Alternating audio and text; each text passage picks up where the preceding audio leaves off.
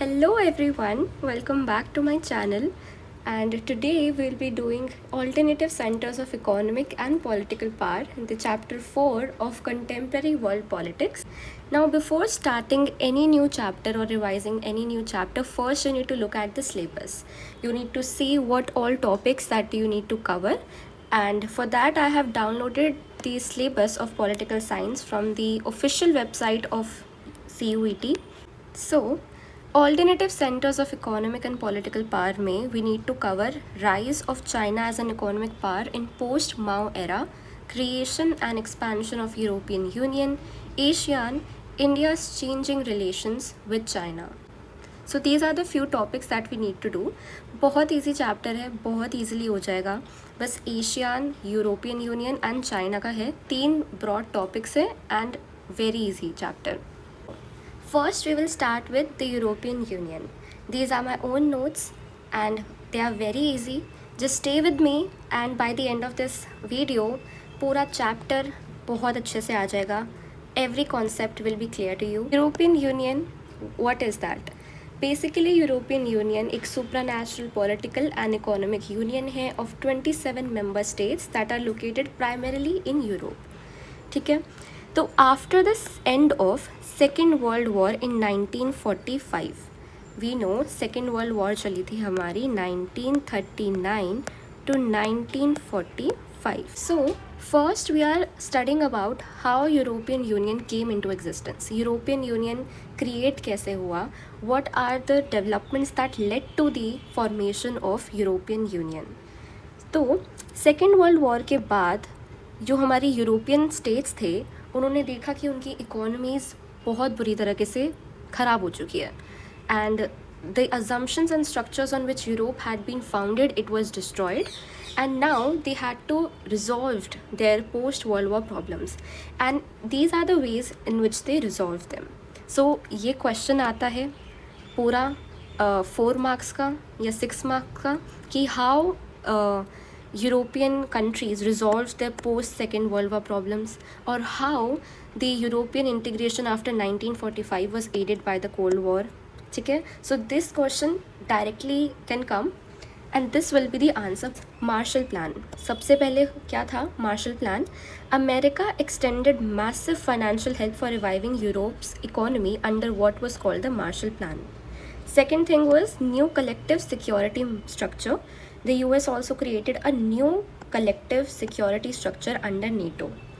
तो सबसे पहली चीज़ हुई मार्शल प्लान के अंदर अमेरिका ने एक्सटेंड करी मैसिव फाइनेंशियल हेल्प यूरोप की इकोनॉमी को रिवाइव करने के लिए. ठीक है, under what? Under the Marshall plan. Second चीज़, हमारी न्यू कलेक्टिव सिक्योरिटी स्ट्रक्चर भी यूएस ने बनाया under NATO, that is North Atlantic Treaty Organization. Third चीज़ आती है OEEC, that is organization for European economic corporation, established in 1948. Very important, it was established in 1948. Why was it established? क्या objective था? Objective था aid channel करने के लिए to west European states, and it became a forum where Western European states began to cooperate on trade and economic issues. Fourth चीज़ है the council. Fourth चीज़ है काउंसिल ऑफ यूरोप. ठीक है, established in 1949, just 1 year after the OEEC. तो 1949 में established हुआ and it was another step forward in political cooperation. Fifth is the European Economic Community. So the process of economic integration of the European capitalist country proceeded step by step, leading to the formation of European Economic Community in 1957. फिर आता है हमारा European parliament. So the process of economic integration, this process acquired a political dimension with the creation of European Parliament. फिर आता है finally हमारा European union. So the collapse of Soviet bloc put Europe on a fast track and resulted in the establishment of the European Union in 1992. So when was our European Union established? In 1992. Okay, so these were the 7 steps that led to the formation of European Union. You can learn it in this way. 7 steps हैं. Then we have the objectives of European Union. बहुत easy है, बहुत simple है. It is just 3 C's. Common foreign and security policy, cooperation on justice and home affairs, creation of a single currency. ठीक है. So objectives of EU are 3 C's. What are these 3 C's? Common foreign and security policy. Foreign and security policy common थी सारे European union के members के लिए. Corporation होती थी justice पे एंड होम अफेयर्स पे, एंड क्रिएशन था of a single currency. So we have done the creation of European Union and the objectives of European Union. And next is the flag of European Union. ये flag है हमारे European union का, जो हमारे 12 stars हैं. 12 stars हैं, and these 12 stars represent PCU, perfection, completeness and unity. Or we can say cup, easier to remember, completeness, unity and perfection. And the circle of gold stars stands for solidarity and harmony between the people of Europe. So this was the flag of European union, जो identification के लिए आ सकता है. And पूछ सकते हैं कि why there is a 12 star, why there is 12 stars, और what is the significance of the circle of the gold star. तो ये क्वेश्चन आता है, ये स्टेटमेंट दे देते हैं कि the European union has evolved over time from an economic union to an increasingly political one. How? Or explain. तो European union was formed as an economic union, but increasingly it has become a political one. Now, and these are the points to support this statement कि EU has started to act more as a nation. इन्होंने constitution बनाने की attempt तो करी, but they failed in that attempt. But they have their own flag, anthem, founding date and currency. They also have some form of a common foreign and security policy in its dealings with other nation. Now, बहुत important question.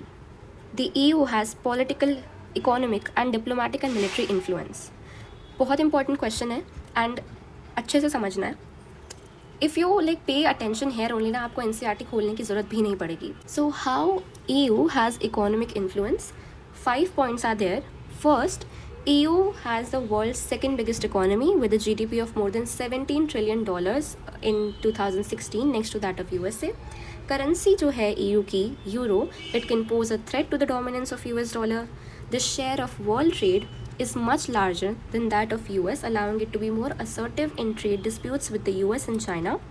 Economic power जो है ना EU की, it gives it influence over its closest neighbors as well as in Asia and Africa. And जो हमारा EU है वो function करता है as an important bloc in international economic organizations such as WTO. So this is how EU has economic influence. Next we move to the political and diplomatic influence of EU. तो how EU has political and diplomatic influence. EU का एक member है France, जिसके पास है permanent seat in UNSC. And EU में several members के पास सेवरल मेंबर्स जो हैं EU के, they are the non permanent members of UNSC. अब ये जो चीज़ें हैं ये इनेबल कर देती हैं EU को to influence some US policies, such as for example यहाँ दिया हुआ है the current US position on Iran's nuclear programme. Now EU का क्या है, EU की एक पॉलिसी है कि वो यूज़ करते हैं diplomacy, economic investments and negotiations rather than coercion and military force. ठीक है. And this policy of EU has been very effective as in the case of its dialogue with China on human rights and environmental degradation. तो अब EU की military influence कैसे है कि militarily EU की जो कंबाइंड फोर्सेस है, मतलब EU में जो मेंबर स्टेट्स हैं उन सारे मेंबर्स की जो कंबाइंड आर्म फोर्सेस हैं वो second largest in the world है. जो उसकी टोटल स्पेंडिंग है on the defence is also second after US. एक मेंबर है EU का, दैट इज़ फ्रांस, उसके पास है nuclear arsenals of approximately 335 nuclear warheads. And EU is also world's second most important source of space and communication technology. Then we have the challenges to European Union. अब हमारे European union एक supernatural organization है, ठीक है, तो वो intervene कर लेती है economic, political and social areas में. बट जो मेंबर्स हैं EU के, उनके खुद के कुछ foreign relations and defence policies हैं that are often at odds with each other. Britain के प्राइम मिनिस्टर जो थे वो अमेरिका के पार्टनर थे in the Iraq invasion, and many EU's newer member ने फॉर्म करा था US का coalition of the willing. But Germany and France were opposed to the American policy. तो the defense policies and the foreign relations were at odds with each other.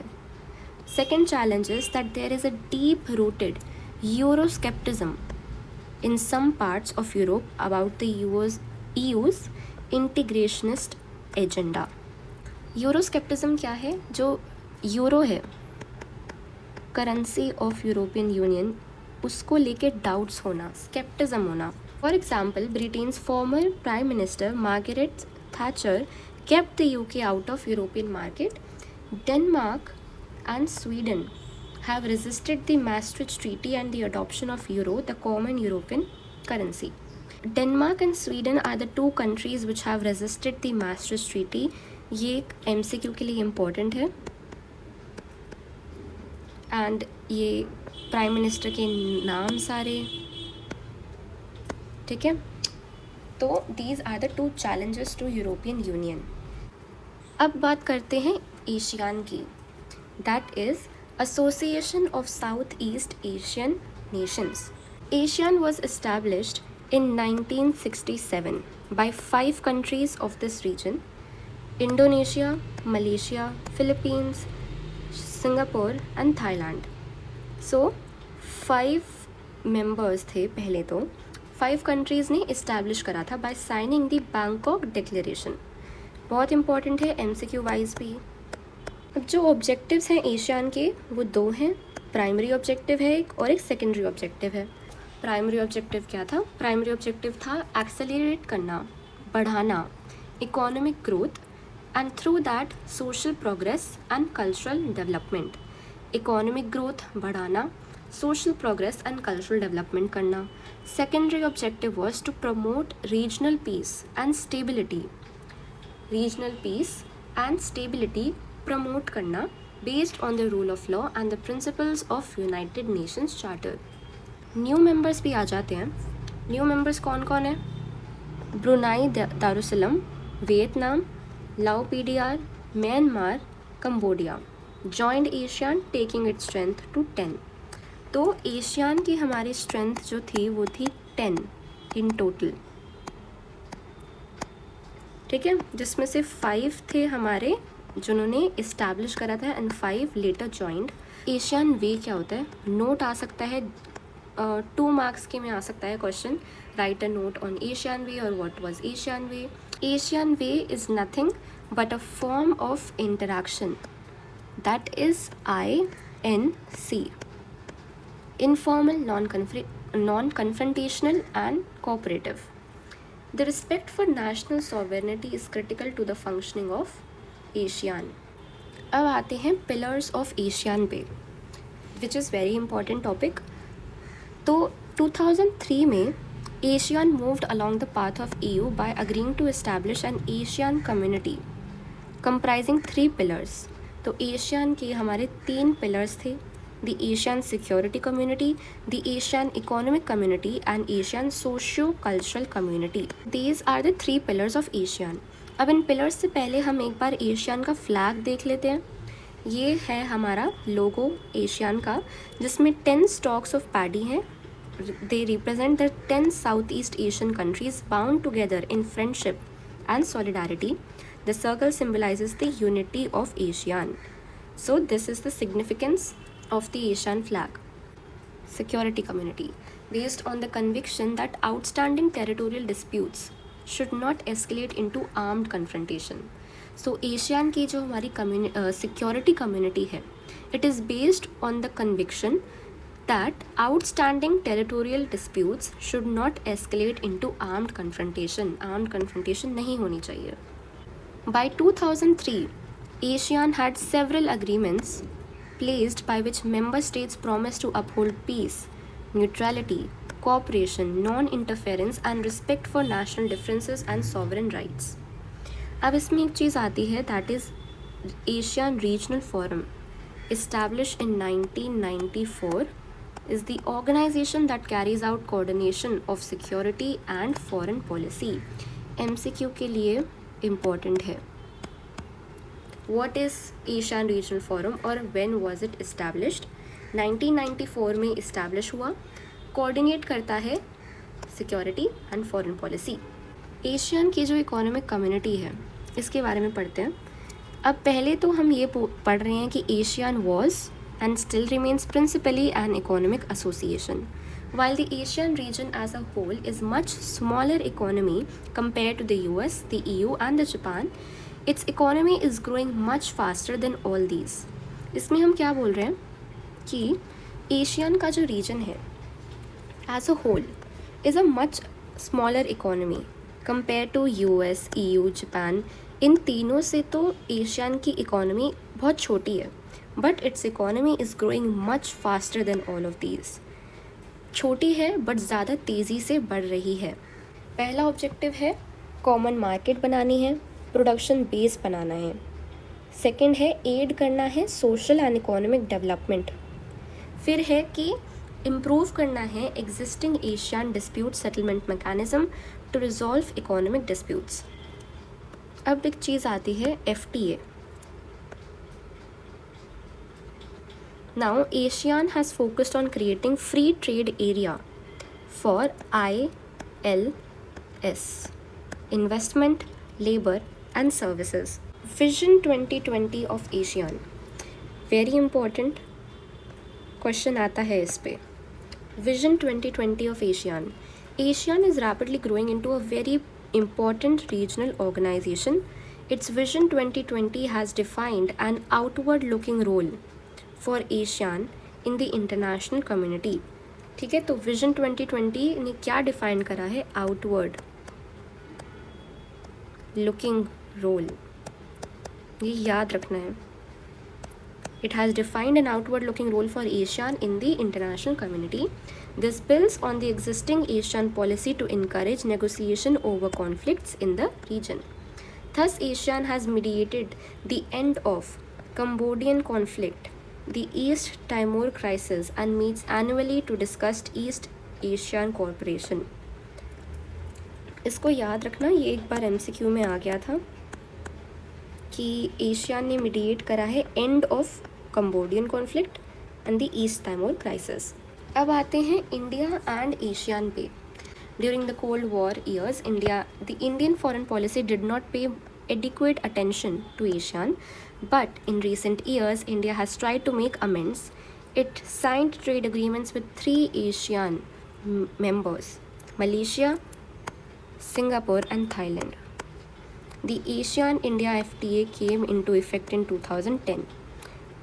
Important है MCQ के लिए भी, and 2 marks में question भी आया था कि right a note on India and Asian.